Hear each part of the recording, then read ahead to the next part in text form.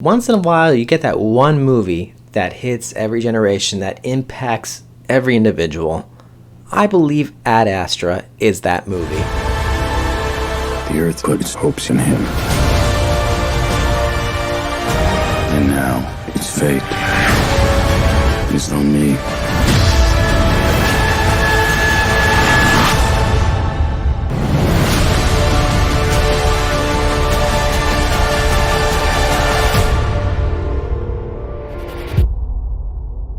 Welcome back, everyone. Sorry for the delay. It's been about 5 or 6 days since I was able to do a video. I had a little bit of technical difficulties, but I'm glad I'm back.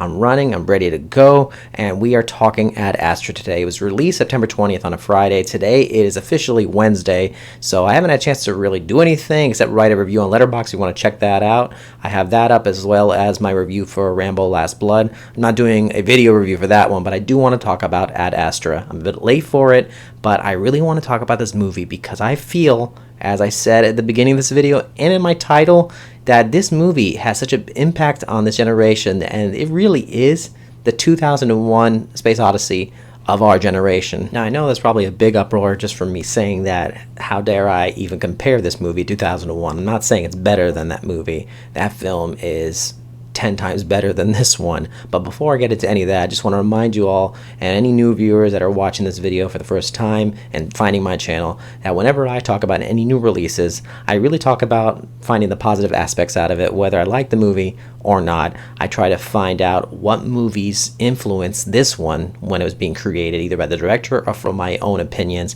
my personal feelings towards the movie, how it impacts society, and I also talk about what type of people this movie is trying to aim towards, and at the end I give you my overall score. But let's cut to the chase and talk Ad Astra. Ad Astra is a 2019 American science fiction adventure directed by James Gray, starring Brad Pitt, Tommy Lee Jones, Ruth Negga, Liv Tyler, and Donald Sutherland. It follows an astronaut who goes into space in search of his lost father, whose experiment threatens the solar system. Now, I already said that this movie has polarized audiences. If you go on Rotten Tomatoes, as of now, the last time I checked, it said 82% for critics. So we know the majority of critics love this movie. But if you look at the audience score, I think the last time I did see it, it said a 42%. It may have changed by the time I post this video, I'm not sure, but that's pretty big.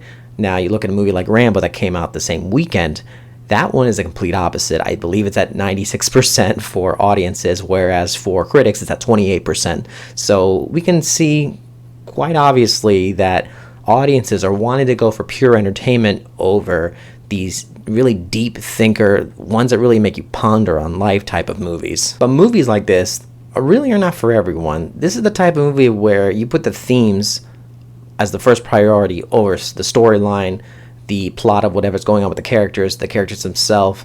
This is something that really makes you think about one specific idea.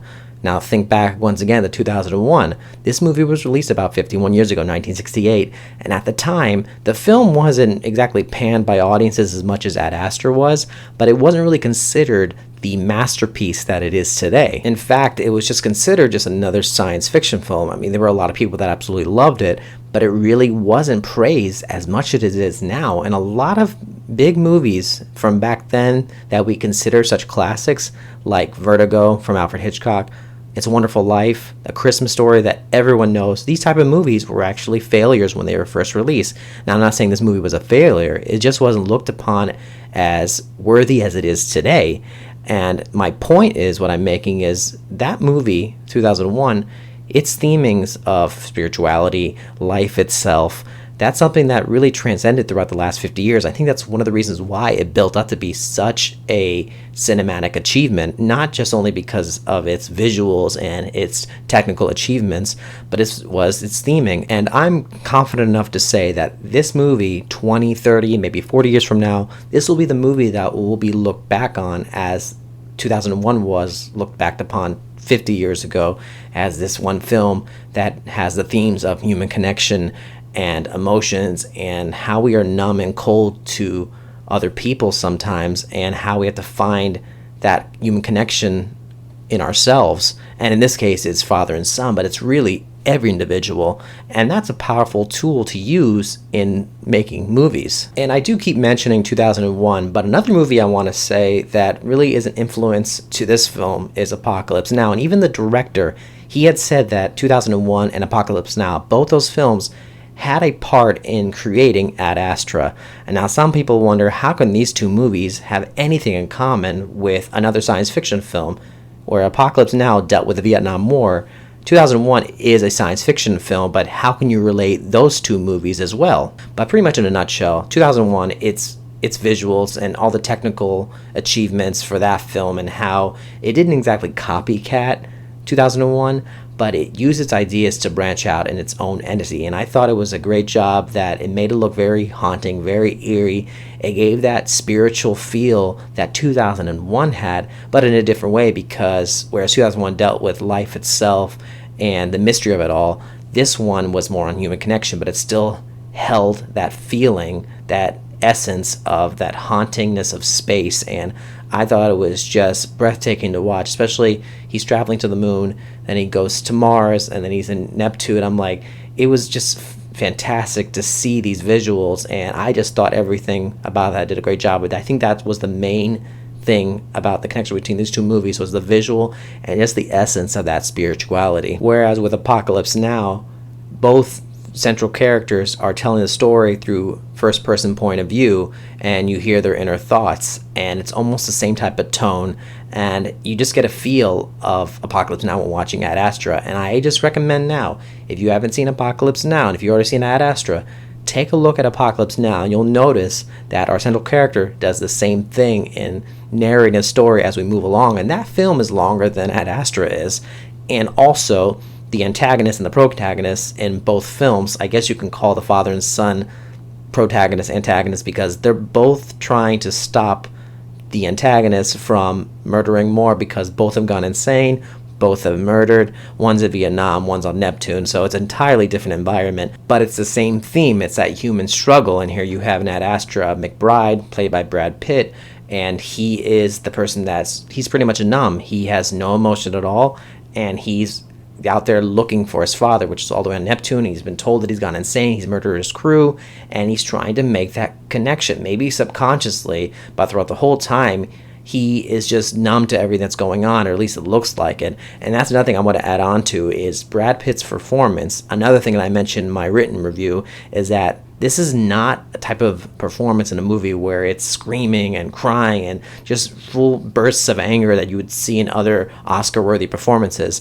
His performance is worthy, but it's the type that it's a very subtle type of performance where it's almost acting like a human being. He's being himself for the most part, and he has lost his self. He lost touch with other humans in regards to his own emotions. So that's what makes him the person that he is. So when someone watches the movie and think, what's so great about his performance? I mean, he's pretty much being the way we would be if we were that type of way and losing all hope for any emotions with any other human beings. But if you're willing to give this movie a chance, or even give it a second chance, I would. This is a movie that really needs multiple viewings. I do plan on seeing it again, and to make it a funny story, I actually saw this film and with 2 attempts, and I saw it with a friend. The first theater, there was a blackout. The second theater, we were stuck in the front row, and I still enjoyed the movie for the most part. Any other person would probably have given up or would have hated the movie just because they had to sit in the front row.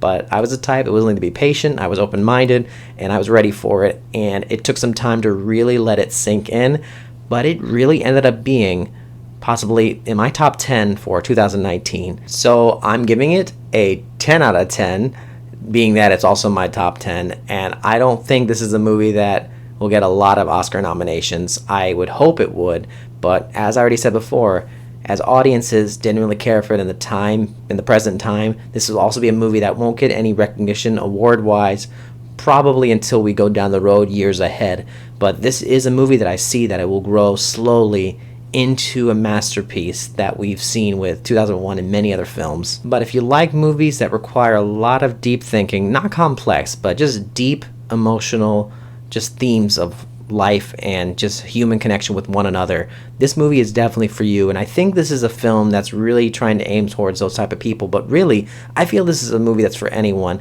But I also feel the themes of this story can go in any genre, any movie you could think of. It's just the way that the story is created around it. But I thank you guys so much for watching. Hope you enjoyed my thoughts on Ad Astra. Tell me in the comments below, what did you think of this movie, whether you hated it or you loved it. I love to hear any opinions. Thank you guys so much for watching. Tune in for more so we can talk movies where anything is possible.